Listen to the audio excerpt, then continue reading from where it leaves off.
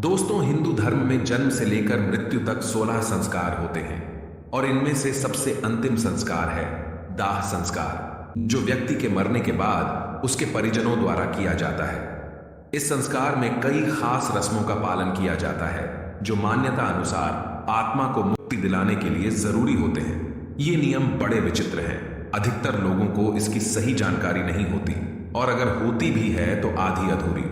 गरुड़ पुराण में बताए गए ये नियम केवल मान्यताएं नहीं हैं, बल्कि इनका आधार आध्यात्मिक और वैज्ञानिक दोनों ही है। आजकल लोग इन रीति रिवाजों के पीछे छुपे कारण को नहीं जानना चाहते और जो जानना चाहते हैं उन्हें सही जानकारी उपलब्ध नहीं हो पाती। इसलिए इस वीडियो में हम आपको अंतिम संस्कार से जुड़े कुछ अजीबोगरीब नियम और मान्यताओं के बारे में बताएंगे और साथ ही साथ उनका आध्यात्मिक और वैज्ञानिक कारण भी स्पष्ट करेंगे।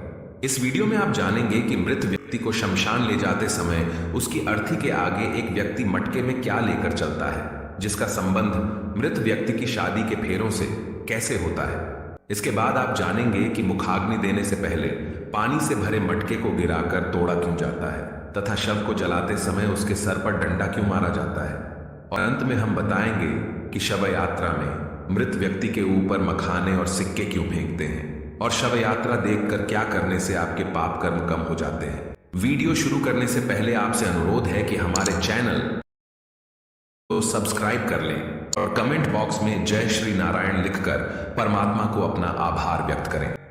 दोस्तों, आज देखने को मिलता है कि हम में से कई लोग अपनी पुरानी मान्यताओं को अंधविश्वास मानते हैं और वैज्ञानिक तर्क देकर धर्म के किसी भी उल्लेख को नजरअंदाज कर देते हैं।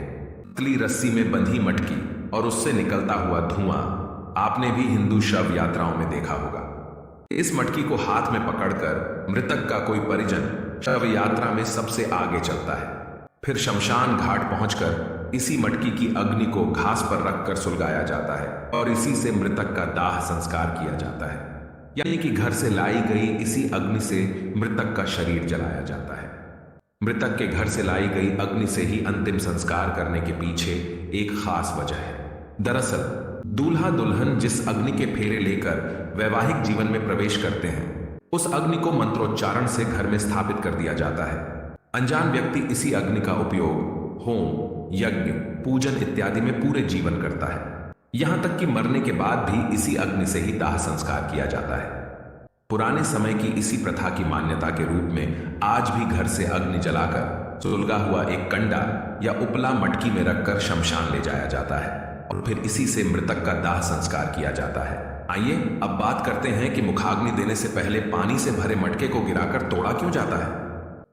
दोस्तों, अंत के दौरान शव को चिता पर लिटाकर मृत व्यक्ति का लड़का या कोई अन्य परिजन पानी से भरा घड़ा अपने कंधे पर रखकर चिता के चारों तरफ परिक्रमा करता है। इस घड़े में एक छेद होता है जिससे पानी निरंतर गिरता रहता है।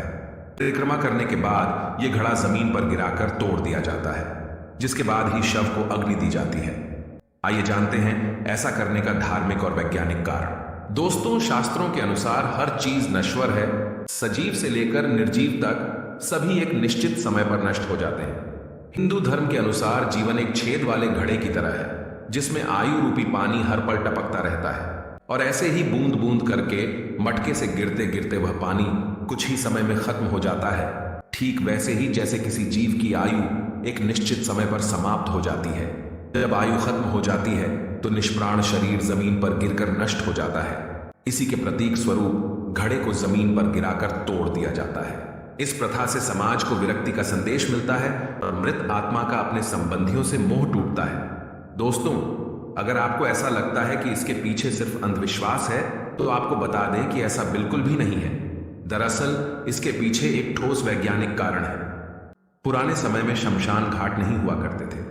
ऐसे में शव को खेतों में जलाया जाता था। मटके में पानी भरकर शव के चारों ओर घूमने के पीछे वैज्ञानिक कारण यह रहता था ताकि जब शव को जलाया जाए तो आग केवल उसी क्षेत्र में रहे, आगे ना फैले। इसी वजह से परिक्रमा के दौरान पानी गिराकर वहां की जमीन को गीला किया जाता था।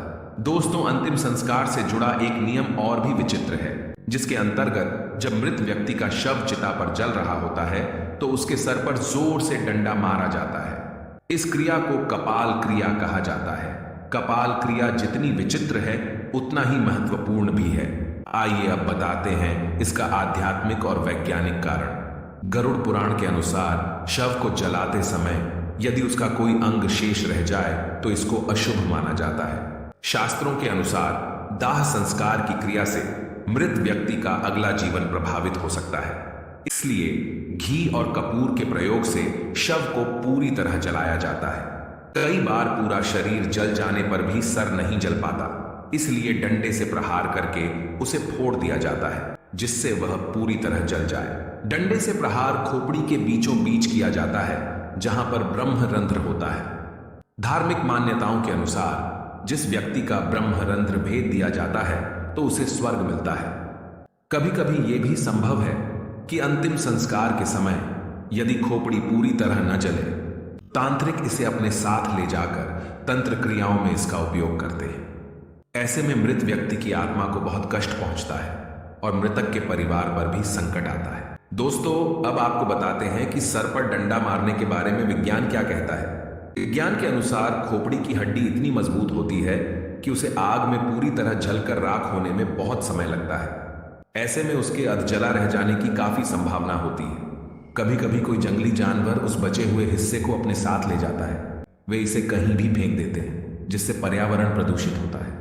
इसी कारण से शव को पूरी तरह जलाने के लिए सर पर डंडा मारकर फोड़ दिया जाता है। आइए अब जानते हैं शव यात्रा में मखाने और सिक्के क्यों फेंके जाते हैं।